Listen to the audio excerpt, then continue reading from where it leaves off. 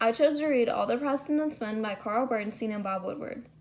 This book was about the Watergate scandal and the fall of the Nixon administration. The thesis of this book is that Nixon, along with his administration, are guilty of election tampering, bugging, wiretapping, and spying on the Democratic Party. All the President's Men begins with 5 men are caught in a burglary attempt at the Watergate Hotel, which is also the Democratic headquarters. On June 17, 1972, Washington Post reporters Bob Woodward and Carl Bernstein were called to report on the case. At first, this seemed like a simple burglary that would lead to a one-time story, but that was not the case. Woodward and Bernstein struggled to piece the story together at first, due to their disliking of each other, but slowly managed to pull it together and uncover a huge conspiracy that would shake the nation. When Woodward went to report on the trial of the 5 burglars, something seemed a little off. Woodward started to realize that there was more to this seemingly simple story. Bernstein did some digging and found a connection between the men and the White House. He realized that the Republican Party and the White House were not as clean-cut and organized as they were presenting. Woodward and Bernstein began to run a story presenting the theory of a connection between the burglars and the White House. President Nixon released a statement saying the White House was not connected and had no knowledge of this particular incident prior to the arrests. Many reporters were not buying Nixon's statements and had theories of their own. The reporters found a key phrase in Nixon's statement, which was "this particular incident," implying that there may be more corruption that the White House was involved in, thus prompting reporters to start digging. Woodward and Bernstein did some more digging with the help of a secret source going by the name Deep Throat, who worked in the government.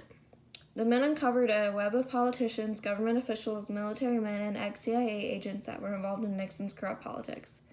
The most known and important men were James W. McCord, a burglar, Frank Sturgis, a burglar, Howard Hunt, an ex-CIA agent and burglar, Charles Colson, a President Special Counsel member, G. Gordon Liddy, who was a campaign lawyer, Clark McGregor, who was Nixon's assistant, Robert Allen, who was part of money laundering, Manuel Aguirre de Guerra, who helped with money laundering in Mexico, John Mitchell, who was the head of re-election committee, Hugh Sloan, who was the re-election treasurer, Herbert Kalmbach, who was the president's attorney, H.R. Haldeman, who was the overseer of money laundering, Alfred C. Baldwin III, who was a security official, Donald Sagaretti, who was a Watergate recruiter, Ken Clausen, who was the director of communications, Dwight Chapman, who hired the burglars, and John Dean, who was the Watergate consultant.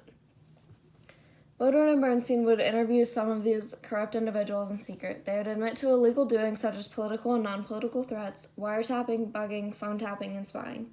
Most of the officials were too scared to speak to Woodward and Bernstein, so finding physical and substantial evidence was hard for the men. Deep Throat, however, was able to give Woodward most of the answers he needed. They would meet in secret places where Deep Throat would confirm or deny Woodward's theories. Deep Throat would give hints for what they should investigate, but would never give out names directly. As more evidence came in and theories were proven true, Woodward and Bernstein had found that more than 50 people were involved in the ruining of the Democratic campaign. The men who were hired were getting checks from a secret fund paid for by the Republicans. The money would be organized by Fred LaRue and Maurice Stans. The money was used to pay off witnesses and fund the defense team for anybody involved in the corruption. The White House stood their ground and would speak out saying that every story coming out was false and had no factual basis. The White House would not release any information proving the innocence of those being investigated. Instead of protecting the people hired in the corruption, the White House focused more on retaliating against the news outlets and claiming fake news. More and more politicians resigned in fear that their involvement would provide worse consequences if they stayed. Some of the men involved were saying that they did things that others did to save men in higher positions, such as Nixon. The men who were involved were taking the blame for actions that they never did, were also being promised that their families would be taken care of if they went to prison, and were also promised a good legal team. Eventually, after all the lies, deceit, paper evidence, and phone calls were found, the president would be found to have involvement and was heading the conspiracy. The question that the book leaves unanswered is what happened after the men were put on trial, specifically to Nixon.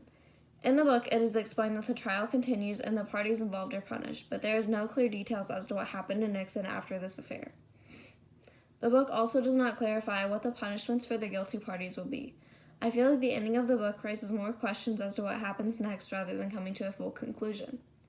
The book pretty much stops after the reporters see most of the men get to trial for election tampering and corrupt actions.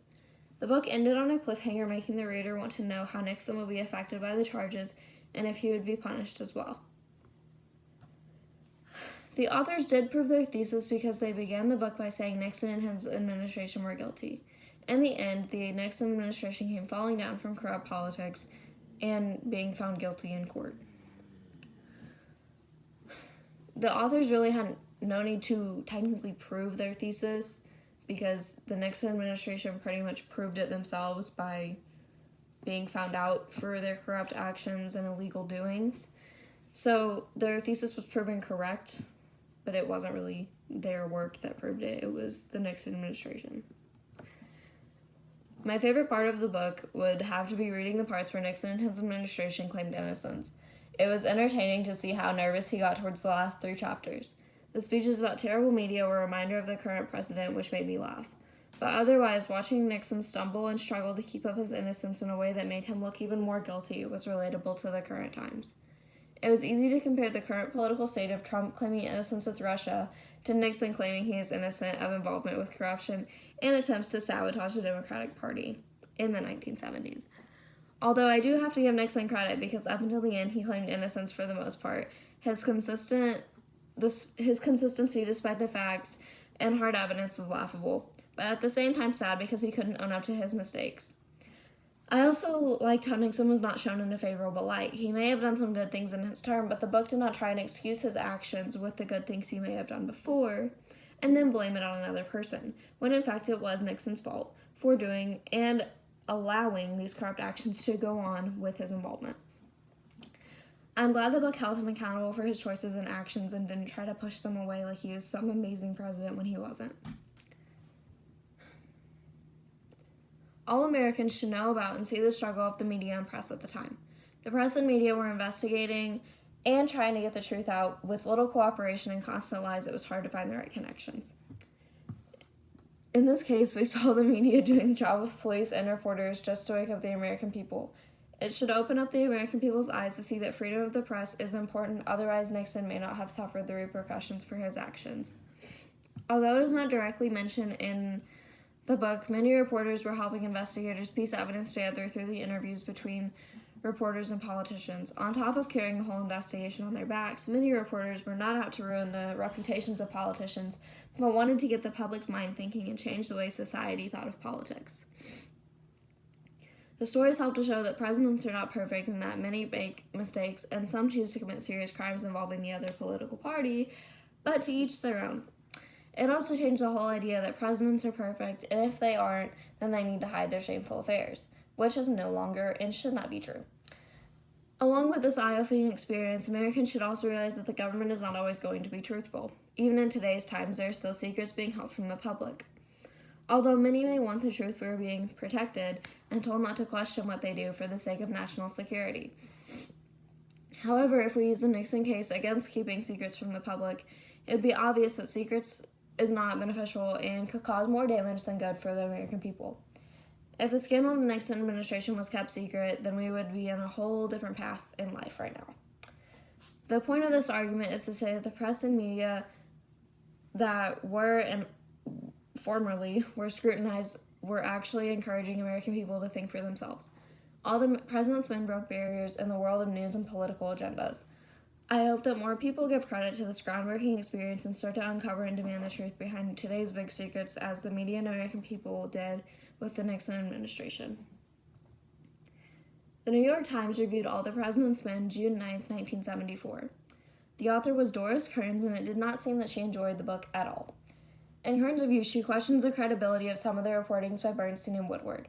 Kearns brings up ethical issues such as Bernstein being bribed for an interview, Woodward getting private info about the jurors on the case to interview them and have them break the law.